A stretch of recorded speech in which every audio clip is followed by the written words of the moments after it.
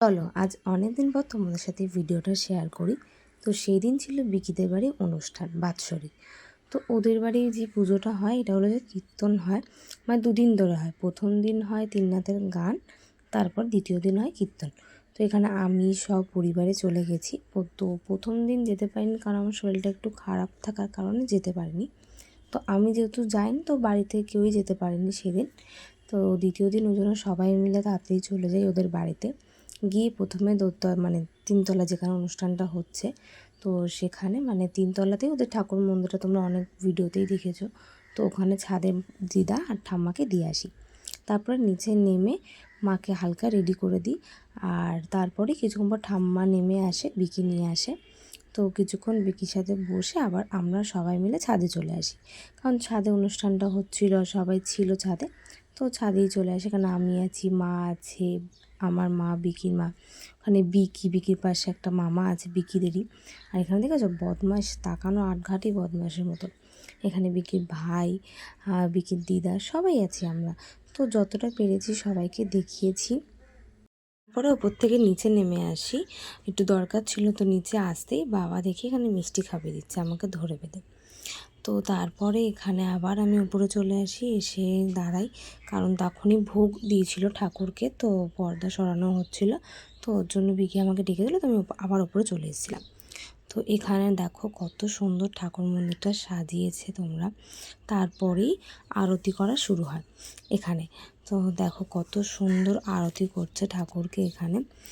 তার কিছুক্ষণ পরেই আমার বন্ধুরা চলে আসে। আমার বন্ধুদের মধ্যে দুজনকেই ডাকা হয়েছিল।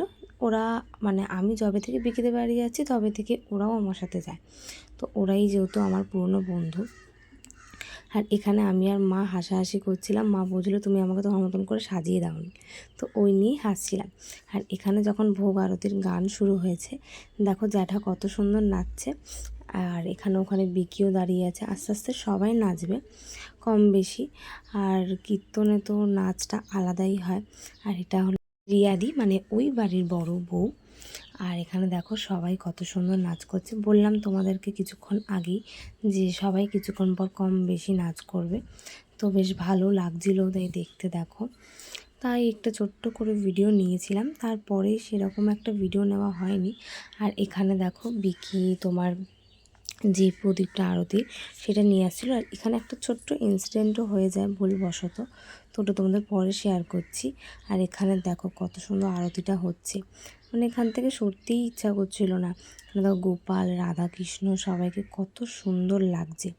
তো তারপরে এখানে সবাই আছি, আমি, আমার মা, বিকির মা, আমি দুইজনকে নিয়েই একসাথে দাঁড়িয়েছিলাম।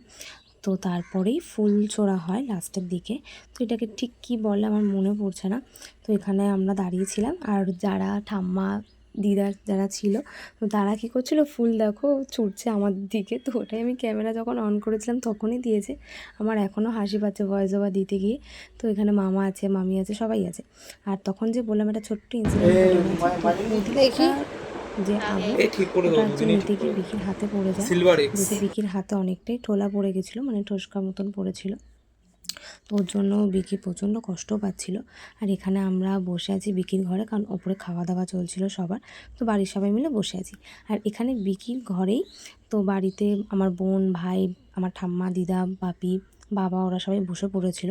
আর তারপরেই ওপরে গিয়ে আমরা সবাই একসাথে বসে এখানে বিকিকে মা খাবি দিচ্ছে, যেহেতু ওর হাতে বললাম ঠোলাটা পড়েছে, টোস্কাটা পড়েছে আর কি। তো প্রচণ্ডই কষ্ট হচ্ছিলো, খারাপও লাগছিলো যে অনেকটা হাতটা পুরো একদম পুড়ে গেছে। তো এখানে বাড়িতে সবাই একসাথে বসেছিলাম, সবাই একসাথে বসা হয়নি। প্রথমে আমরা কিছুজন বসেছিলাম, পরে আবার একটা ব্যাচ হয়েছিলো, তারপরও কিছুজন বসেছিল।